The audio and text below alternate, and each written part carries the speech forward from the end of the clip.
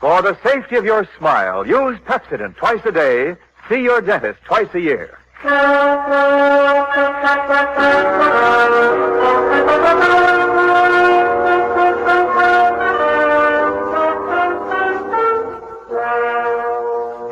Lever Brothers Company presents the Pepsodent program, The Adventures of Philip Marlow, starring Van Heflin.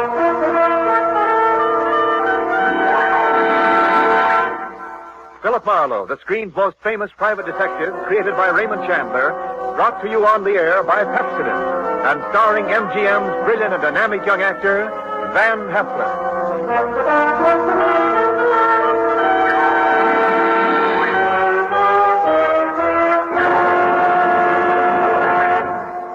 Now, families all over America have named their favorite toothpaste.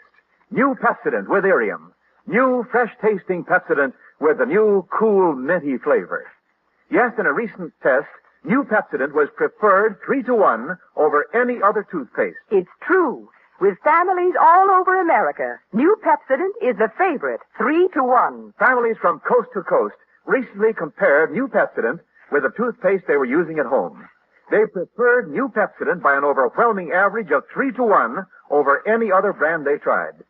These families, 3-to-1, said new Pepsodent tastes better, makes breath cleaner, makes teeth brighter. Yes, in a recent survey, families 3-to-1 said new Pepsodent tastes better, makes breath cleaner, makes teeth brighter. Get new Pepsodent toothpaste for your family right away.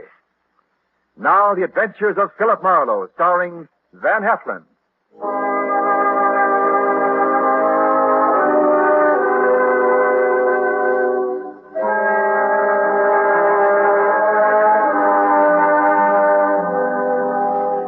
The moment old man Jeter came into my office, I made up my mind not to vote for him if he ever ran for president. He was tall and thin with straight, compressed white lips. He wore a neat pinstripe flannel suit with a small rosebud in the lapel. He carried an ebony cane, and he wore spats. He looked a smart 60, and unless his ulcers got nasty, I gave him another 15 years, which was pretty big of me. He sat down, speared me with those barbed gray eyes, and came right down to business. Mr. Philip Marlow, I believe? That's right. My name is Wadsworth Jeter. How do you do, Mr. Jeter? You're a private detective? Well, why not? Frankly, sir, I'd expected a Hollywood detective's office to be somewhat more glamorous, or rather more elegant, shall we say? Well, Philo Vance has a branch office here on the 4th floor if you're shopping around. No. You'll do, I'm sure. Well, my rate is $25 a day, plus expenses. Money is no object. Except when you don't have much of it. That seems to be the motivating philosophy where Miss Harriet Huntress is concerned. Who or whom is Miss Harriet Huntress? A rather standard, rather obvious gold digger who wishes to marry Grover. You want to tell me who Grover is? Grover is my adopted stepson, my late wife's son. Go on. Next year, he will inherit $1 million left him by his mother. Which explains Miss Huntress's interest in Grover. Precisely. Look, Mr. Jeter, am I being hired to smear Miss Harriet Huntress? Not at all. Merely to disillusion Grover about her. Yeah, well, that's the same thing. I think you'd better find yourself another Now, boy. Wait. There's more. Okay, let's hear it. Do you know a man named Marty Estelle? Sure, he's a big-time gambler out on Sunset Strip. Why? Mr. Estelle claims my son Grover owes him $50,000. Well, then Grover'd better pay up if I know Marty Estelle. But suppose my son doesn't really owe Estelle the money. Does he or doesn't he? Mr. Estelle supplied photostat copies of Grover's notes with Grover's signatures. I thought they might be forged, so without Grover's knowledge, I took them to a handwriting expert named John Arbogast, a sort of detective. No? He's not sure. He wants more time. I'd like you to take over the case. Harriet Huntress and all. Miss Huntress, as you may know, is associated with Mr. Estelle. Well, that's incidental. I'll handle the forgery case and not the slander job. Now, where does this Arbogast have his office? On Sunset near Iva. Okay, I'll look it up. Miss Huntress? She lives at the El Milano on North Sycamore. All right, I'll look her up, too. Arbogast and Huntress in the order named.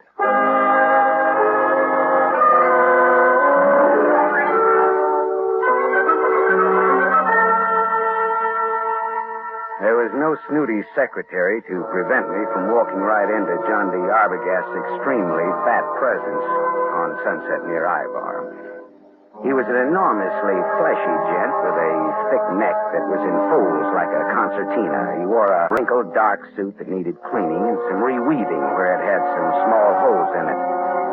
Arbogast just sat and stared at me with the whites of his eyes, because those 3 holes that needed reweaving were bullet holes. And John D. Arbogast was dead, very recently dead. I left in a hurry, and as far as I could tell, nobody saw me come, nobody saw me go. My next stop was the Swank El Milano Hotel on North Sycamore. Just a second, mister. Something you want? Yeah.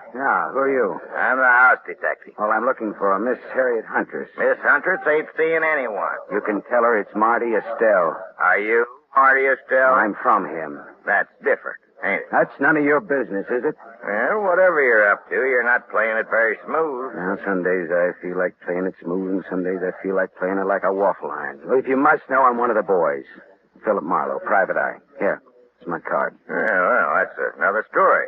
I'll phone up to Miss Huntress. Yeah, say I'm from Marty Estelle, and make it convincing, huh? How much convincing? Oh, well, how much do those cigars you're smoking cost you? $22.50, box of 50. That much convincing. Well, that's cute. You and me are going to get along. I'll phone Miss Huntress, but you go right on up. Room 814. I just know it'll be all right.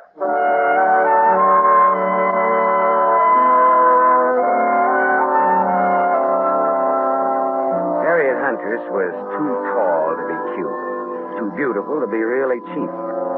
Her green eyes were wide set, and there was plenty of thinking room between them. Her hair was a dusky red, like fire seen through a haze.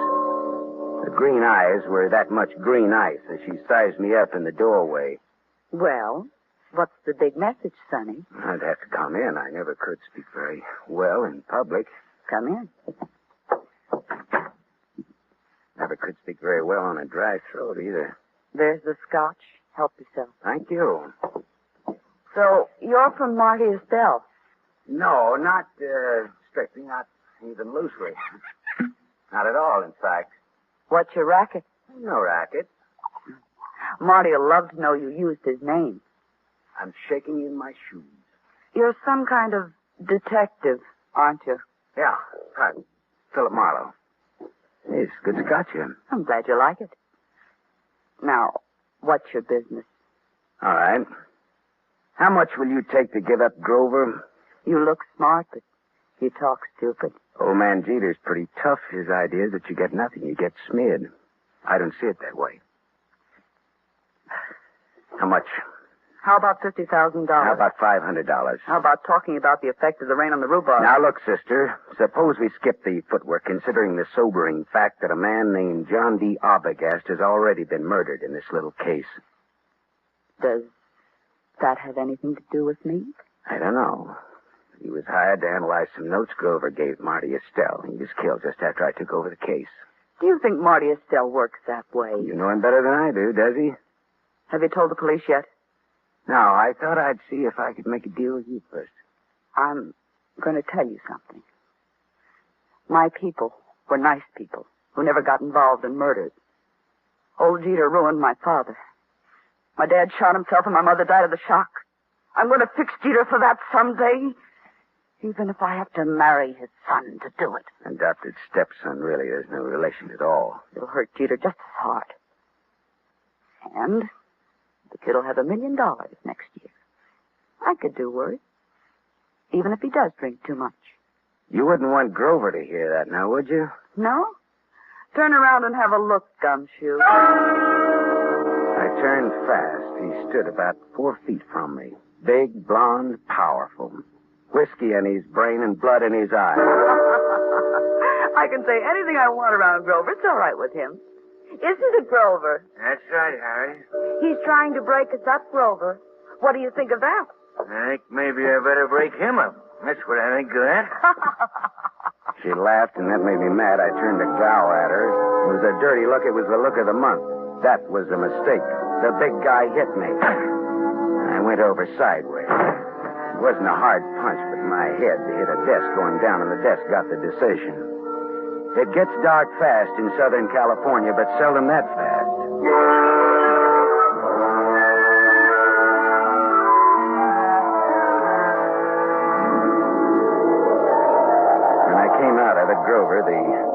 Sucker Puncher and Harriet Huntress were gone. But the bottle of scotch was still there, so I took that for a souvenir and stuffed it in my pocket and floated down the elevator into the street. It was dark by the time I got back to my apartment on Hobart Avenue in Hollywood. I turned on the light, and there stood a big guy, another big guy. This was National Big Guy Week. This one had a big nose, the dead color of wax, and he had a .22 caliber Colt Woodsman pointed straight at me. Close the door and reach. Come on. I turned a little to close the door. I got my hand under my coat. Then I turned back to Wax Nose fast. I had my Luger out. We stood there facing each other. Wax Nose didn't seem at all impressed with my automatic. I just came to tell you to be smart. You're looking at a Luger, mister. I know. Men of distinction carry Lugers. Me, I pack this small bore because I can shoot. If you think you can take me, go to it. Now, look, what's the game? Maybe you can take a hint, and maybe you can't. Maybe, maybe not. What is it? Lay off old Jeter's boy. Well, I wouldn't think of contradicting anyone who uses a Colt Woodsman .22 with the front sight filed off must think he's pretty good. I am good. Yeah, and that's why I say, okay, pal. We'll see. Speaking of .22s, do you know anybody named John Arbogast? I meet such a lot of people. Well, this one was fat and shot 3 times with a .22. I don't remember shooting no fat guys today. So long, chum. Remember what I told you. Lay off Grover. So long, chum. Yeah. Swell. Ah, shut up. Yeah. Mr. Marlowe? Oh, Mr. Jeter. Well, your son or your adopted son or your stepson or whatever he is poked me in the jaw today. He is both my stepson and my adopted son. Well, both of them poked me in the jaw. My word, where? In Miss Huntress's apartment. You spoke to her? What did she say? She wants $50,000 and no dice. I offered her $500, just as a gag. Just as a gag. Mr. Marlowe, perhaps you underestimate the importance of this matter to me. Listen, Mr. Jeter, there are some very unusual angles to this case. For example, a gunman just stuck me up in my own apartment and told me to stay off of this case. What? I don't see why this case should get so tough. Good heavens. Listen, Mr. Marlowe, my chauffeur, Waldo, will pick you up in my limousine. I want to talk to you. All right. Well, tell Waldo to park on Hobart facing Franklin. He'll be around for you in 20 minutes. Good. Just give me time to drink my dinner. Bye-bye.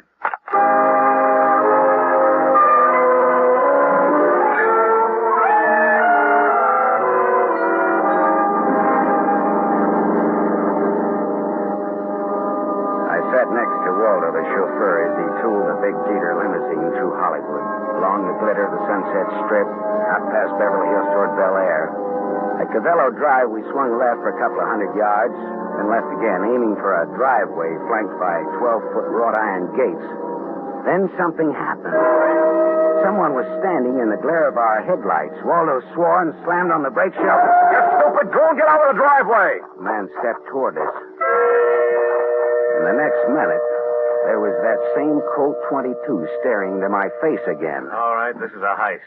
Get out of the car, both of you. Look, Waxnose, haven't you had enough fun for one night? Fuzz off, bum. Shut up and get out. I'd have to think some more on that, Buster. I'm warning you, I'll let you have it. Don't be a goon, you're going. All right, you asked for it. Hey! Hold. You shot the guy. Yeah. I shot him. It was this. All in fun. Yeah, some fun. It did the work. Jeter's house is right ahead. You sound as if you just shot a nickel in a pinball machine instead of a man. Now listen, turn off those lights and let's get out of here, but fast.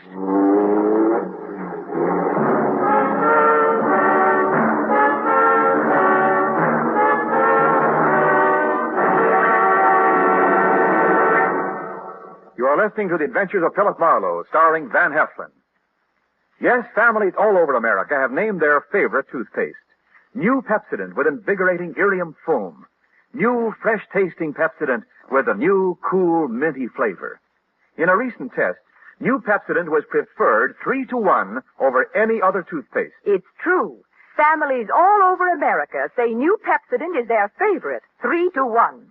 The William Kilpatrick family, 212 South Missouri, Claremore, Oklahoma, preferred New Pepsodent on every single count. The Kilpatricks say New Pepsodent tastes best of all, makes breath cleaner, makes teeth brighter. On all these counts, by an overwhelming average of 3-1, families prefer New Pepsodent over any other toothpaste they tried. It's a fact. Families 3-1 say New Pepsodent tastes better, makes breath cleaner, and makes teeth brighter. Remember, this is not just our opinion. It's the honest conviction of the Kilpatricks and other families who were asked to compare New Pepsodent with the toothpaste they were using at home. Get New Pepsodent, the only toothpaste containing irium. Get it for your family without delay.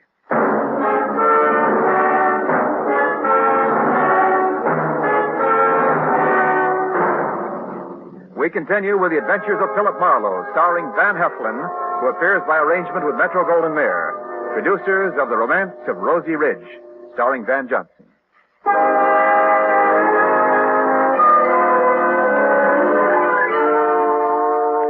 Waldo and I drove back to my apartment again, leaving Waxnose lying dead in the Jeter driveway. We went back to my place to start all over again, over what was left of my purloined scotch. Yeah, this is good scotch you've got here, Marlowe. Pinch bottle. Not this. Sure. Pinched it from the apartment of Harriet Huntress. Well, bottoms up. Waldo, do you think that gunman was there to scare young Grover into realizing Marty Estelle means business? Could be. I always drove Grover home around that time. It just doesn't sound like Marty Estelle to pick that sort of a helper. Well, sure. Maybe that's why he picked him. Because it didn't seem like Marty Estelle. Yeah, that's good thinking, Waldo. Dartmouth, 37. Rah, rah, rah. That would be either the cops or Mr. Jeter. Hello. Mr. Marlowe? Yes, Mr. Jeter, and the reason we're not in your study now is lying outside of your front gate. What's that you're saying? Somebody jumped us outside of your gate and Waldo shot him dead. Good Lord. Yeah. Listen, Marlowe, come here at once. Do you hear? At once. I'll send Waldo, Mr. Jeter. I want to see you. Waldo will tell you all about it, Mr. Jeter. Marlowe. Good night, Mr. Jeter.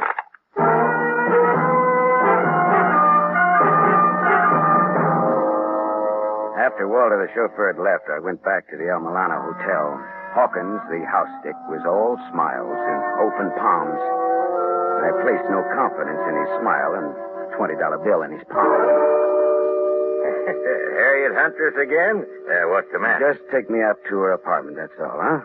Sure. Right this way, fella. Hawkins took me to the 8th floor, room 814, and opened the door. There was someone in the room, waiting. Here's company for you, Mr. Estelle. Beat it, Hawkins. Yeah, this is the guy I was telling you about, Mr. Estelle. Come in earlier today. Said he was from you. Beat it, I said. Oh, sure. Come on in, Marlowe. I came to see Miss Huntress, not you, Estelle. Well, first of all, Harriet's not home. I came to tell her what happened outside of Jeter's gate. So you keep informed. I can't wait for her any longer. Got to get back to the casino. Now then, what did you come back for, Marlowe? I'm looking for the Jeter boy. After what happened to him tonight, he needs somebody to walk behind him. You think I play games like that? All I know is we were shot at. I asked you a question. I answered it to the best of my knowledge. What knowledge, for example? Well, for example, you hold $50,000 worth of Grover's notes for gambling debts. I've got $50,000 invested in the kid. Would I be likely to bump him off? That makes sense, all right. I always make sense. Bully for you. When I have $50,000 invested in a guy, I'm apt to find out all about him. Like about old Jeter hiring a man named Arbogast to work for him. Arbogast was shot today. You know it. I know because I had you followed. You didn't tell the law, Marlowe. That could be very hard on you. Well, it could. Does that make you and me friends? A little blackmail, huh? Not much. We'll call it tattletale grail mail.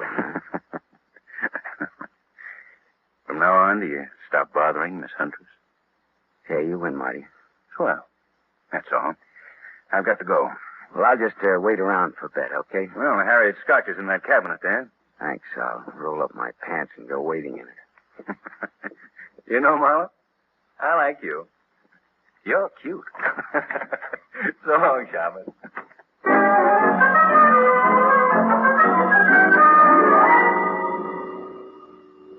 Marty Estelle was right. He wouldn't kill anybody who owed him money and was soon to come into a lot of it. Now I was in bed with the police for not reporting Arbogast's murder. Well, I looked around Harriet's apartment vaguely, walked into the bedroom, and stopped.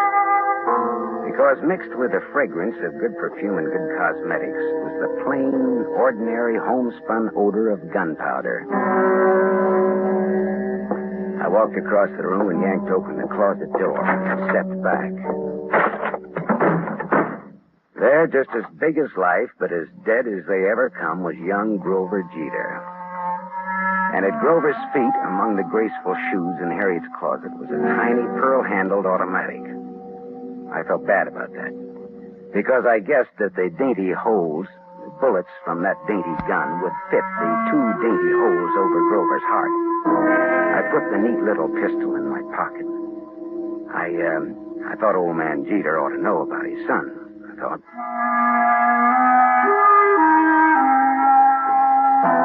I didn't expect to find Waldo, the chauffeur, and Harriet Huntress with old Jeter in Jeter's big study, but there they were. Why, Mr. Marlowe, I'd about given up hoping to see you tonight. Well, I changed my mind about coming out again, Mr. Jeter.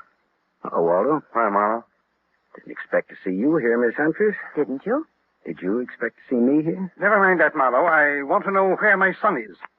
What do you mean, Mr. Jeter? He's missing. That's what I mean. Oh. He's missing and no one knows where he is. I know. Eh? What's that? Where, Marlowe? Miss Huntress, where did you and Grover go after Grover took that sucker punch at me in your apartment? We went out together in a taxi. During the ride, I had a change of heart.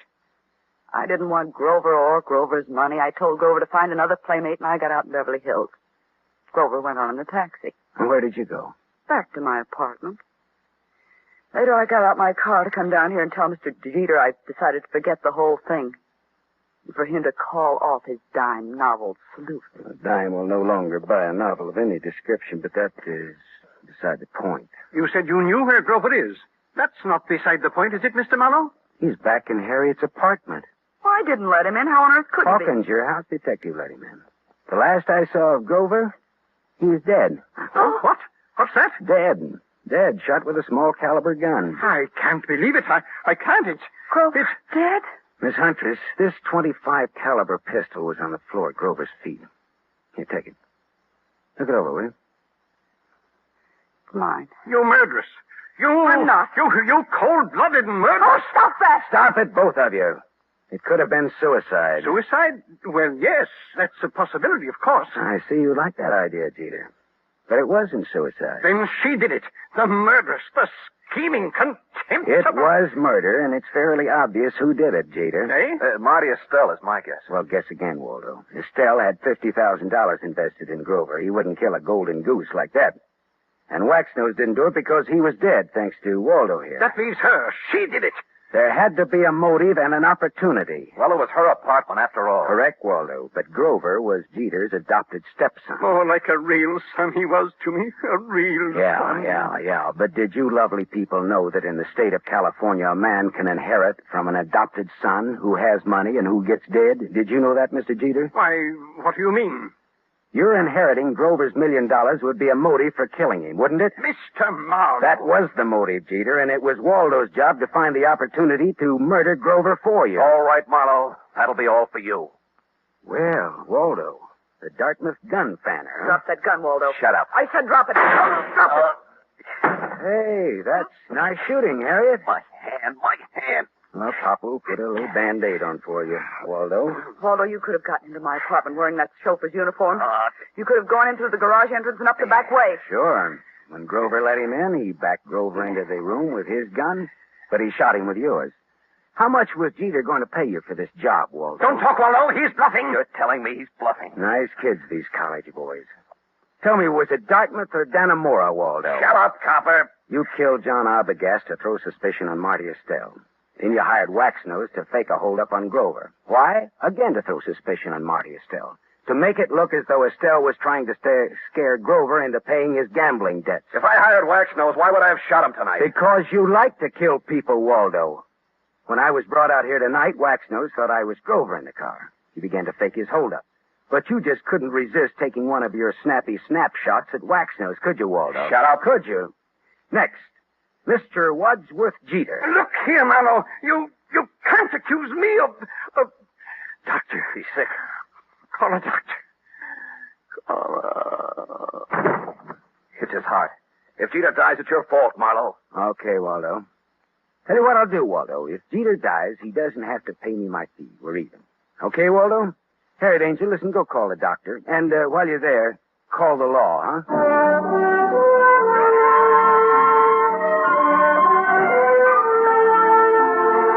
Jeter didn't die. His heart was as good as mine, if you want to make anything out of that. The law had Jeter and Waldo cold, and I mean cold. Me? Well, I went out a couple of times with Harriet, as I sat home with her a couple of times drinking her scotch. It was nice, all right, but I didn't have the money or the clothes or the manners. Still, I was sorry when she went to New York to live. She had absolutely the best scotch I ever tasted. Maybe because it was free. I don't know.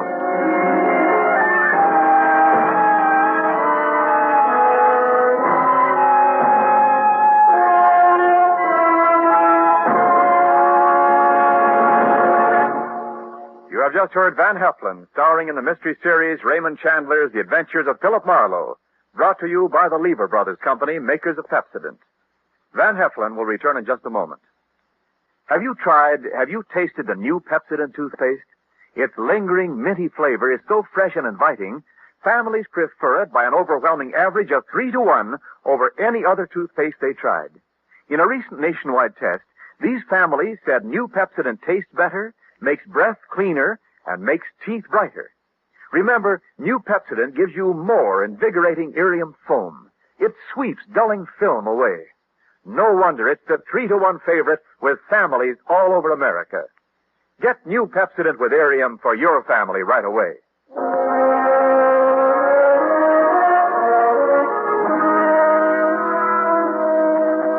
Now, here is our star, Van Heflin.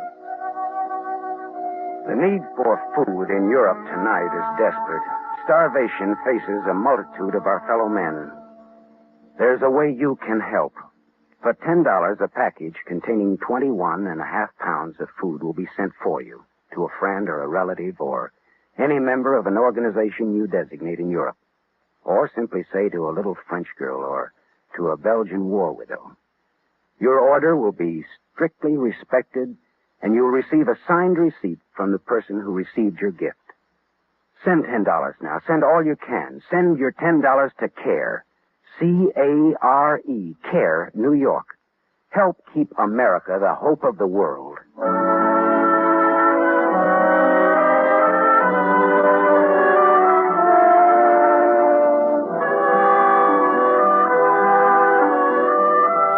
Tonight's story was adapted by Milton Geiger from the story Trouble Is My Business by Raymond Chandler, creator of Philip Marlow, the screen's most famous private detective. The original music was composed and conducted by Lynn Murray. This is Wendell Niles inviting you to listen again next week at this same time to another exciting mystery on the adventures of Philip Marlow, starring Van Heflin with a distinguished cast.